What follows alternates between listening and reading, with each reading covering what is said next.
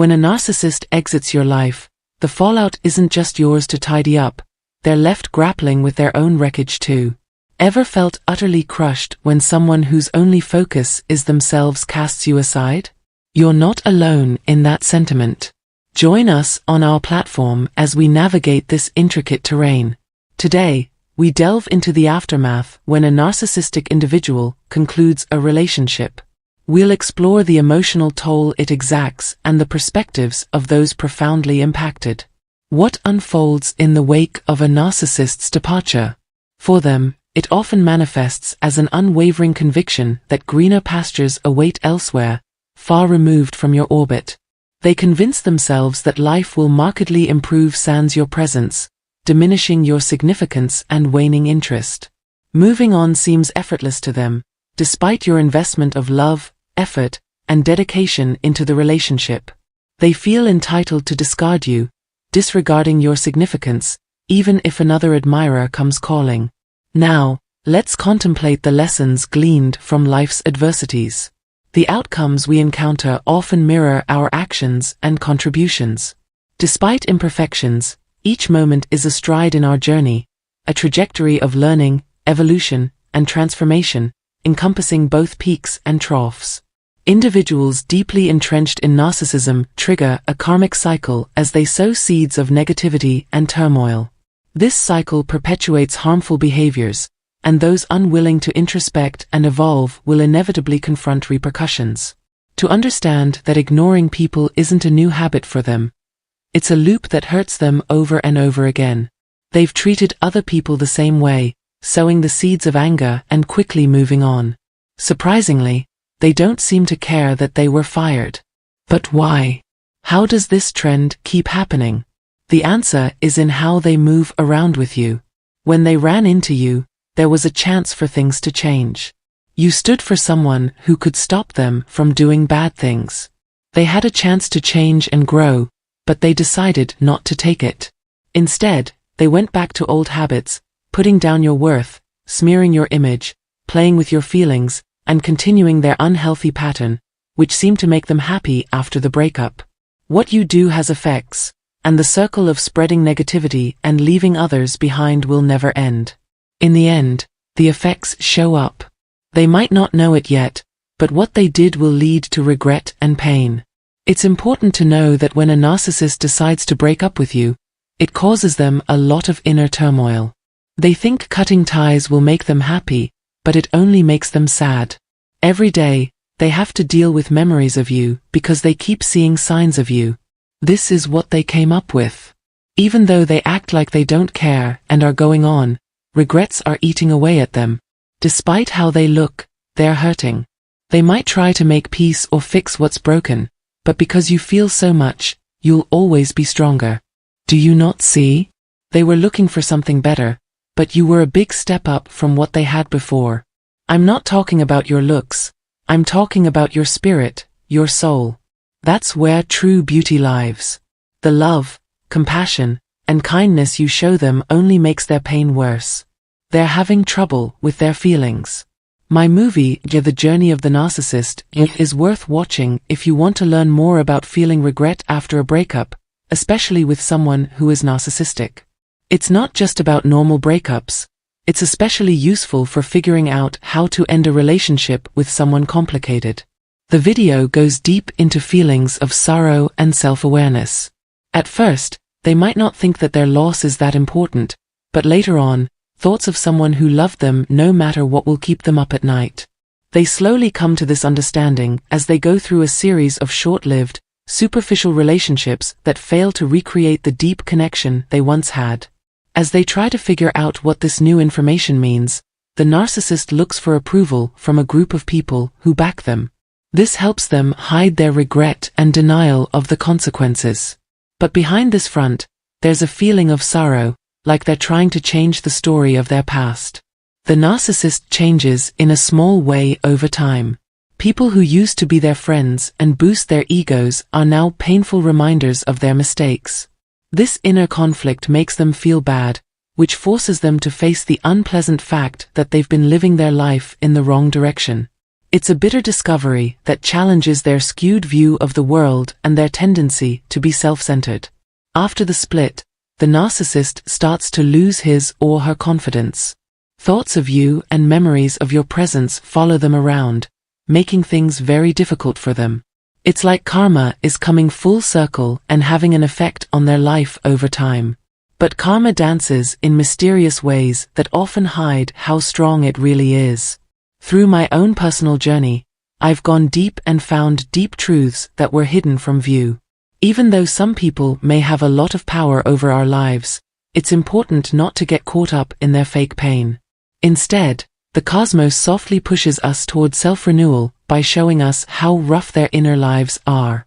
I couldn't talk about my experiences in an open way until years had passed, during which I had a lot of mental pain. During that rough period of time, I dealt with trauma, desire, anger, and bitterness. Even though everything was going crazy, I felt a hand holding my resolve. Now that I've thought about it, I have a better understanding of both myself and the world. To really understand how much pain they are in, you have to look deeper than the surface. When someone chooses to let go of you, they start a journey full of inner conflict and mental pain.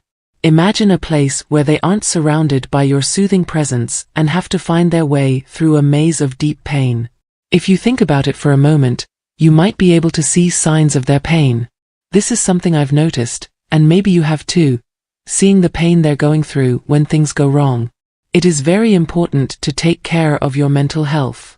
It's normal to feel sorry for other people and carry some of their problems, but it's just as important to put your own growth and resiliency first. Every contact with a difficult person helps you grow as a person. Instead of giving in to their negative, use it to fuel your own growth. Don't forget that you have the power to turn hardship into strength, which makes you different from narcissists. Meeting the deepest parts of someone who is unhappy, like a narcissist, can be a deep and enlightening journey. Even when we were caught in the maze of these kinds of relationships, where their false love had us, we added our own colors to the fabric of life. That they will look for another soul like ours, but never really find comfort, is something that dawns on us like the first light of dawn. This fact keeps playing over and over as a constant reminder of what they lost, a weight they carry every day.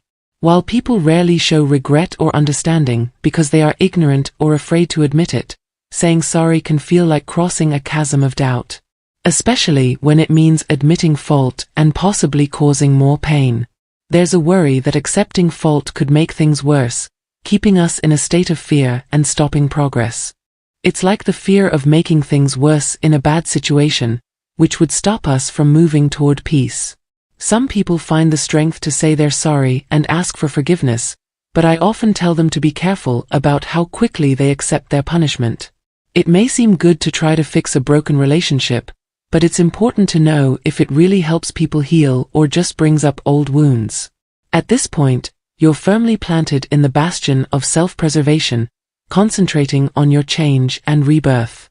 This trip isn't just about healing. It's a journey of deep self-transformation and strength. As you go through this process of self-discovery and change, may you find many chances to grow and welcome the winds of good fortune. I truly hope that you find blessings on your trip, whether they come from the universe, a higher realm, or the depths of your own being.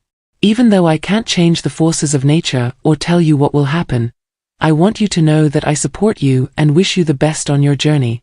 Our relationship, built on shared struggles and victories, feels like it has the power to heal deeply, even when we meet people who have hurt us. Keep an eye out for small signs of growth and know that your efforts are valued and supported. Welcome back to the fight, narcissists who want to cause trouble. To everyone who is joining us today, a warm welcome awaits you. This channel would not be as lively without your participation, and I am deeply grateful for it. If you haven't already, please subscribe and turn on notifications to get our newest content sent to you. Thank you for letting me know about you. Let's start our tour right away, please. The topic of conversation today is selfishness. This movie is meant to shed light on the ways narcissists try to control and manipulate others, as well as give advice on how to handle these situations with strength and grace. We'll go deep into our tough feelings and face them head-on to figure out how to move forward. Attention, all those who want a complete understanding. Please stay tuned until the end. Let's start our trip. Everyone knows that narcissists love making other people feel bad, and sadly, this is still true even if you're already hurt and broken. Narcissists are always looking for more, no matter how much damage they've done to you. They're not happy even after causing you a lot of pain and lying to you. They need proof that their abuse has left you with permanent mental scars. They are successful because they can break your spirit and drag you into the same darkness and misery that they live in. They are not interested in your healing or moving on. Instead, they find pleasure in seeing you hold on to anger and bitterness. People who have been hurt by narcissists often feel very angry, which is a natural reaction to what they see as unfair treatment. This growing anger, which I sometimes call a bitter indignation, is a normal response to being mistreated over and over again. But recognizing this anger is the first thing that needs to be done to be free. When you think about the narcissist, pay close attention to how you feel. As long as you feel bad, anger will continue to grow. How we deal with this anger is just as important. Realizing the problem is the first step, then looking for ways to solve it. Many people find that talking about their experiences of abuse helps them feel better and speeds up the healing process. Make sure that anyone you talk to about narcissistic abuse, whether they are a professional or someone you trust, is either knowledgeable about it or at least ready to listen with compassion. The next step is to take care of our mental and spiritual health.